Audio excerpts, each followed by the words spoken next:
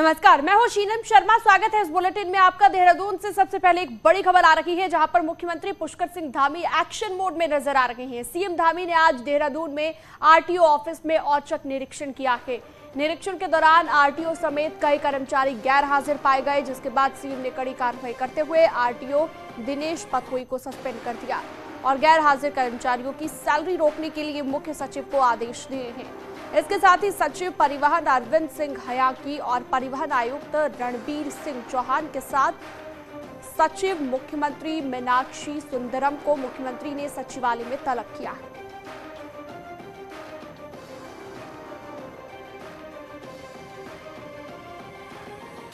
तो आरटीओ को सस्पेंड कर दिया गया है और जो कर्मचारी यहां पर मौजूद नहीं थे उन पर भी सख्त कार्रवाई के निर्देश दिए गए हैं। सैलरी को लेकर ये डिडक्शन के निर्देश यहां पर दिए गए हैं।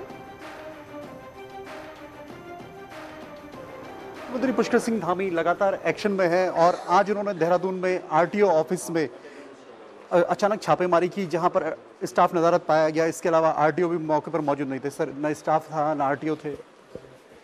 नहीं, जो भी नहीं आए देखिए उनके खिलाफ कार्रवाई होगी और जो भी कड़ा एक्शन हो सकता है वो होगा, क्योंकि हम लोग एक व्यवस्था बनाने के लिए आए हैं और हमने सभी दफ्तरों में कहा है कि जो भी जिनका टाइम निर्धारित है वो सभी उस टाइम पर पहुँचे और जो नहीं पहुँच रहे हैं तो उनके खिलाफ कार्रवाई होगी। उसकी हमने शुरुआत की है, चूँकि ये परिवहन आरटीओ कार्यालय हमारा बहुत महत्वपूर्ण जगह है। यहाँ पर लोग अपनी बहुत समस्याओं के लिए आते हैं, लाइसेंस बनाने के लिए आते हैं। अगर उनको समय पर यहाँ पर कार्मिक नहीं मिलते हैं तो उनको परेशानियों का सामना करना पड़ता है। मुझे कुछ लोगों ने बीच में बताया था, इसलिए मैंने तय किया था कि जिस दिन भी वो जो टाइम होता है दफ्तर का उसी समय पर आऊँगा और ठीक मैं 10 बजे यहाँ पर आया हूँ। पूरे ऑल ओवर पूरे उत्तराखंड के सभी जिलों के लिए मैसेज है। सभी जगह हम लोगों ने कहा है कि सभी लोग कार्मिक अपने जो तय समय सीमा है, जो उनका टाइम है दफ्तर पहुँचने का, उस समय पर पहुँचे, अन्यथा सभी के खिलाफ जो है कार्रवाई होगी। मुख्यमंत्री पुष्कर सिंह धामी एक्शन में है और उन्होंने साफ ये निर्देश सभी जिलों को दिए हैं कि सभी कर्मचारी तय वक्त पर ऑफिस पहुंचे, वरना एक्शन होगा। कैमरा पर्सन के साथ दीपांकर भट्ट, न्यूज़ 18 देहरादून। मगर आप अपना काम आप नहीं करा सकते, आप दलाल के द्वारा ही हो सकता है। अगर दलाल तो कराए तो एकदम हो जाएगा और हम अपना पाएंगे तो चक्कर काटेंगे एसटी ऑफिस और यहाँ आरटीओ ऑफिस। आरटीओ वाले वहाँ भेजेंगे, एसटी वाले यहाँ भेजते हैं। हमें क्या करें हम, बताओ। और इस खबर पर ज्यादा जानकारी के लिए देहरादून से दीपांकर भट्ट मेरे साथ लाइव जुड़ गए हैं। दीपांकर, हमने देखा CM Dhami full action mode में नजर आए। इतना तो साफ हो गया है कि पंक्चुअलिटी अगर नहीं दिखाएंगे तमाम कर्मचारी हो या अधिकारी हो तो सीधे एक्शन उन पर लिया जाएगा और यही यहां पर पुष्कर सिंह धामी ने किया है। आरटीओ को सस्पेंड भी किया गया।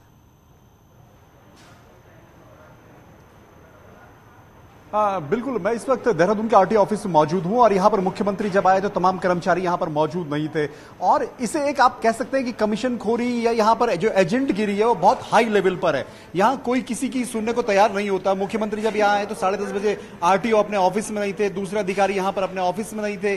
तमाम जगहों पर आप यहाँ धक्के खाने पड़ते हैं, आम लोगों को यहाँ परेशान होना पड़ता है और मुख्यमंत्री ने अब यहां पर एक कोशिश की है कि ये व्यवस्था सुधरे। लेकिन अब हम यहां पर पहुंचे तो अभी भी कई अधिकारी अपनी जगहों पर नहीं है। एक कमरा तो बता रहे हैं यहां पे कि ऐसा है जिसमें आज 10:30 बजे धूप जलाई गई, यानी पूरा विधि विधान से पूजा पाठ करके शुरुआत की गई। ये वो कमरा बताया जा रहा है। ये कैश रूम है और इससे आप अंदर नहीं जा सकते। लेकिन आज इसमें सुबह धूप जली, 10:30 जब मुख्यमंत्री चले गए उसके बाद यहां धूप जलाई गई। ऐसे और भी तमाम कर्मचारी जो आपको यहां पर टहलते फिरते घूमते फिरते मिलेंगे, लेकिन काम करते थोड़ा कम दिखेंगे। इससे पहले न्यूज़ 18 ने भी बार बार ये खबर दिखाई थी, स्टिंग ऑपरेशन 2 बार दिखाया था कि किस तरीके से देहरादून का आरटीओ ऑफिस दलाली का एक बड़ा अड्डा बना हुआ है और वहां पर जमकर यहां आप आएंगे, पैसा देंगे, आपका काम हो जाएगा। ये यहां पर आम लोग भी बता रहे हैं। तो भ्रष्टाचार के लिए, करप्शन के लिए बदनाम था देहरादून का आरटीओ ऑफिस और दिनेश चंद्र पठोई जो यहां पर आरटीओ थे वो किसी की सुनने को तैयार नहीं थे। लोगों की शिकायतें इस तरीके की और मुख्यमंत्री ने एक्शन लिया। मुख्यमंत्री ने इसमें सेक्रेटरी को, यहां पर जो परिवहन आयुक्त हैं रणबीर सिंह चौहान, उनको और अपने सेक्रेटरी यहां पर मीनाक्षी सुंदरम को सीएम ऑफिस में तलब किया है और मुख्यमंत्री ने साफ कहा है कि इस तरह की कोताही बिल्कुल भी बर्दाश्त नहीं की जाएगी। तो दोनों बातें, एक तरफ तो आप अटेंडेंस भी नहीं है, आप समय पे भी नहीं आते, और दूसरी बात ये कि आप जिस ऑफिस में आपका कामकाज है वहां जम के करप्शन होता है। जी दीपांकर, इतना तो साफ है जैसा कि आप जिक्र भी कर रहे हैं कि लोगों को तो यहाँ पर दिक्कतों का सामना लंबे वक्त से करना ही पड़ रहा था, लेकिन आज जब सीएम धामी ने एक्शन भी ले लिया है उसके बाद भी आप कह रहे हैं कि यानी कि अभी भी कोई डर उनमें नजर नहीं आ रहा और अभी भी बहुत सारे ऐसे कर्मचारी हैं जो नहीं पहुंचे हैं ऑफिस।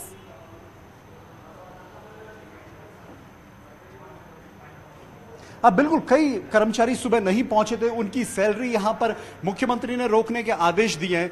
इसके अलावा जो आरटीओ उनको तुरंत सस्पेंड करने के यहां पर आदेश दिए गए। और अभी भी कई लोग यहां पर इस तरीके के मिले जिनका कहना है कि कोई कर्मचारी उनके सुनने को तैयार नहीं है, कई कर्मचारी यहां पर ऑफिस में मौजूद भी नहीं है। एक कोशिश हम ये करेंगे कि क्या आरटीओ अब पहुंचे अपने ऑफिस में या नहीं पहुंचे, ये दिखाने की एक बार कोशिश करेंगे। मुख्यमंत्री इसी कॉरिडोर से होते आए, सभी कमरों से होते हुए गए और उन्होंने देखा कि व्यवस्था बेहद खराब है। और अब यहां पर ये वो कमरा जो दिनेश चंद्र पटोई का कमरा, ये आरटीओ का कमरा है। और दिनेश चंद्र पटोई के बारे में यह कहा जाता है कि आप सेक्रेटरी से मिल सकते हैं परिवहन डिपार्टमेंट के, आप किसी और से मिल सकते हैं, अपनी बात रख सकते हैं, लेकिन आरटीओ आपकी बात नहीं सुनेगा। तो मुख्यमंत्री ने जो एक्शन दिखाया है, यहां पर जो एजेंटगिरी बहुत हावी है, दलाली जिस तरीके से हावी है देहरादून आरटीओ ऑफिस में, उसको रोकने की एक कोशिश। और न्यूज 18 ने बार बार ये दिखाने की कोशिश भी की है, लेकिन बावजूद इसके यहां हालात नहीं सुधरे। जी बिल्कुल दीपांकर, और जैसे कि आप तस्वीरों के जरिए भी दिखा रहे हैं, अभी भी नहीं कह सकते कि बहुत सारे, अगर आप नीचे जाकर, जैसे कि आप अभी ऊपर सीढ़ियों से चढ़कर आए, नीचे जाकर आप उन लोगों से बात कर पाए जो अपना काम करवाने के लिए यहाँ पर पहुंचे हैं, तो वो क्या कहते हैं कि क्या अब उन्हें भविष्य में इस तरह की दिक्कतों का सामना ना करना पड़ेगा सीएम के एक्शन के बाद? क्या उन्हें इस बात की उम्मीद है?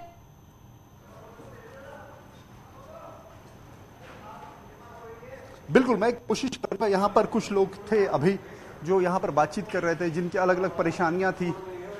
एक व्यक्ति अभी यहां पर, अब यहां पर आम लोग इस वक्त, आप क्या काम के लिए आए?